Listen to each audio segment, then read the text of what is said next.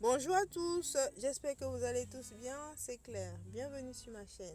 Je vous reviens aujourd'hui avec une nouvelle vidéo dans laquelle je vous présente comment réaliser votre ail en poudre ainsi que l'oignon en poudre. J'ai déjà réalisé sur la page deux vidéos où je vous présentais comment je faisais la déshydratation de certains aliments, notamment le curcuma, le paprika et le gingembre. Ici, ce sera un peu différent, surtout avec l'ail qui nécessite de prendre plus de précautions. L'oignon encore, ça va, mais je vous en dis pas plus. Je vous laisse regarder la vidéo ainsi que tous les détails jusqu'à la fin. Voici en image la quantité d'ail que j'ai pris pour la vidéo, ainsi que la quantité d'oignons. J'ai pas pesé, mais vous prenez les quantités que vous souhaitez. L'ail brûle les mains, donc pour le nettoyer, soit vous mettez des gants, soit vous faites ramollir la première couche dans la peau, dans de l'eau, pour pouvoir nettoyer plus facilement. Donc je vais commencer ici par les mettre en pièces avant de pouvoir rajouter de l'eau. C'est un procédé que vous pouvez faire également la veille de votre travail. Ainsi, le matin, vous avez plus facile à retirer les peaux. Voilà notre ail dans l'eau, donc je vais laisser tremper le temps de m'occuper des oignons.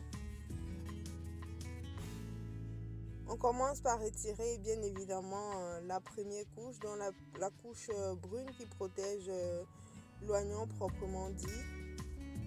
Et par la suite, je vais découper. Si vous mettez directement l'oignon sur le déshydrateur, vraiment coupez finement. Mais ici, je vais d'abord hacher avant de mettre sur le déshydrateur.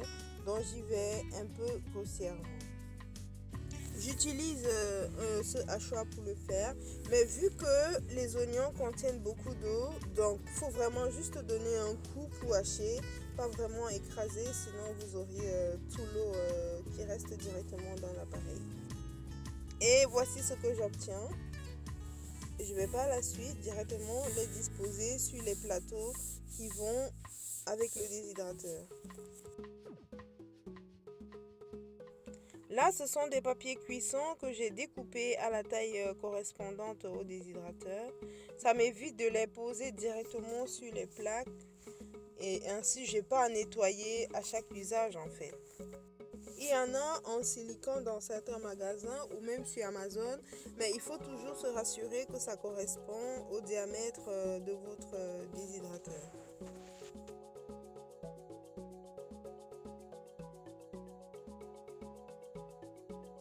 Une fois que j'ai terminé de disposer les oignons sur les plateaux, je vais recouvrir et passer à une première étape de séchage. Et pour le premier séchage, généralement, on va y arriver, généralement, je fais sécher à forte température. Ainsi, ça permet aux aliments de ne pas pourrir vu qu'ils sont recouverts. Donc la durée dépend généralement de la puissance de votre déshydrateur. Ici, je pense, j'ai laissé pour le premier séchage, je sais plus, 7 heures ou 6 heures.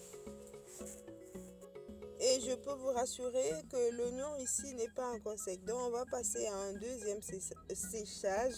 Je mets dans une boîte hermétique ici parce que je dois repasser au hachoir avant de ressécher. Vu que je n'allais pas le faire tout de suite, j'ai préféré conserver en avance. Donc par la suite, je vais mixer, pas pour rendre forcément en poudre, mais je vais réduire un peu la grosseur des aliments vu qu'ils ont déjà fait un premier séchage. Et par la suite, je repasse au déshydrateur pour terminer le séchage. Et cette deuxième phase de séchage, je le ferai à environ 35 degrés, entre 35 et 40 degrés. Là, vous séchez moins fort que lors du premier séchage.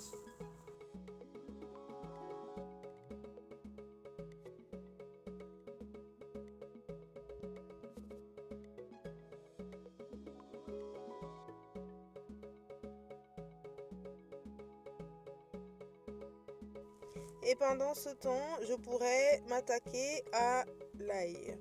Vu que j'ai déjà libéré deux plateaux de mon déshydrateur, je pourrais déjà m'en servir. Et l'ail, contrairement à l'oignon, se gâte très vite. une fois qu'il est découpé. Et le parfum de l'ail dans votre maison, je vous assure, de l'ail pourri, vous ne voudriez pas supporter. Ça sent hyper fort, surtout lorsque vous êtes en appartement comme moi. Donc pour cela, pour éviter de perdre l'ail, je fais tout comme l'oignon. Je vais d'abord passer au hachoir. Aussi pas à fond, hachez pas à fond, juste légèrement. Et aussi, si vous ne voulez pas hacher votre ail ou vos aliments avant de déshydrater, il faut juste les couper finement. Et pour l'ail particulièrement aussi, vous pouvez faire des fines, vraiment, des tranches autant pour moi, vraiment très fines, que vous pouvez conserver plus longtemps. Il y en a qui l'utilisent pour parfumer les os lorsqu'ils font du riz ou des pâtes, des trucs à bouillir, quoi.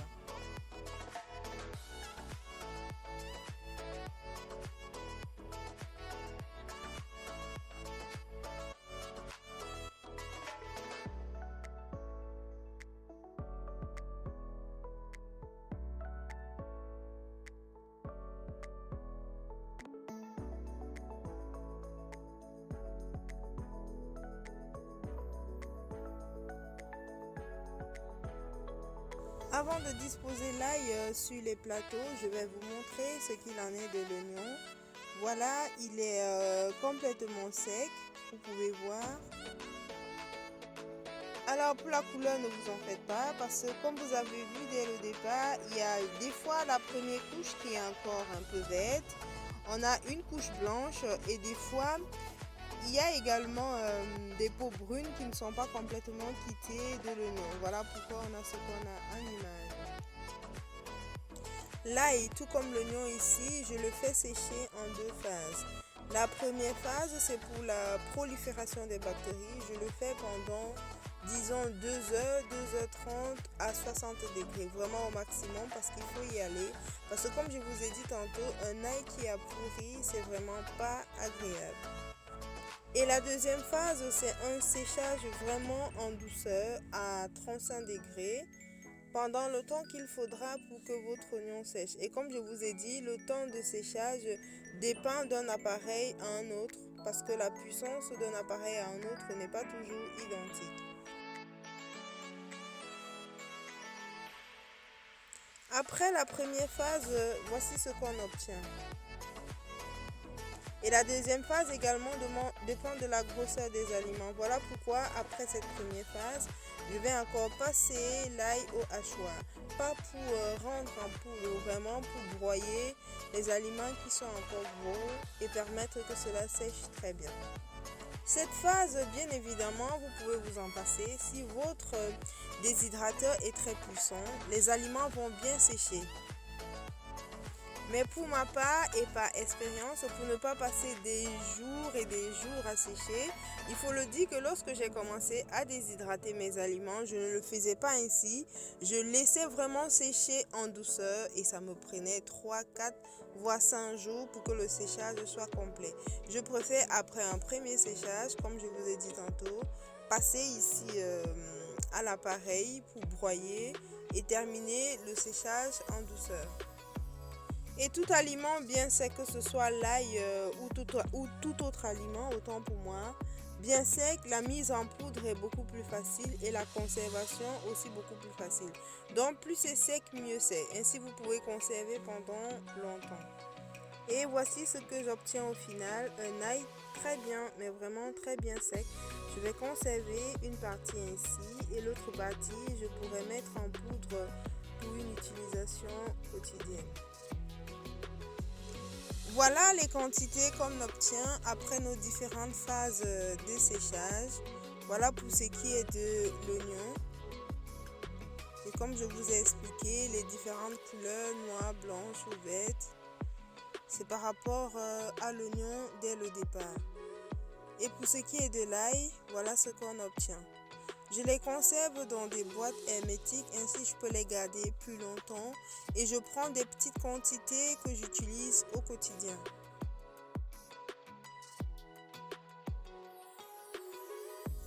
Je vais prendre des petites quantités de chaque que je vais moudre, ainsi je peux utiliser au quotidien.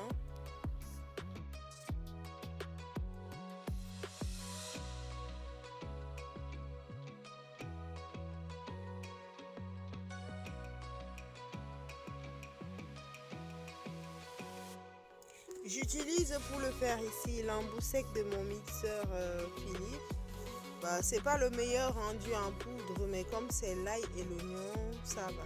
Sinon, dans les autres vidéos, vous avez différents appareils que j'ai utilisés. Je mettrai également ces vidéos en barre d'informations. Vous pourrez juste cliquer dessus pour aller regarder.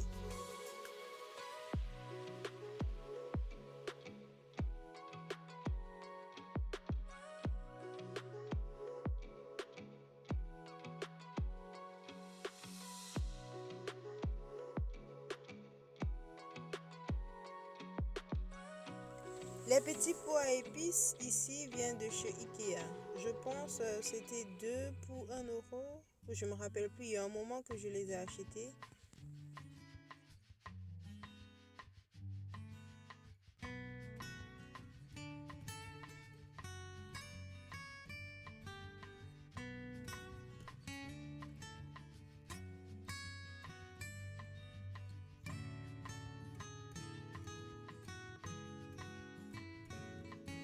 Voilà nos différents épices. À la couleur, on s'est distingué, mais l'idéal, c'est d'avoir des étiquettes pour ne pas vous tromper.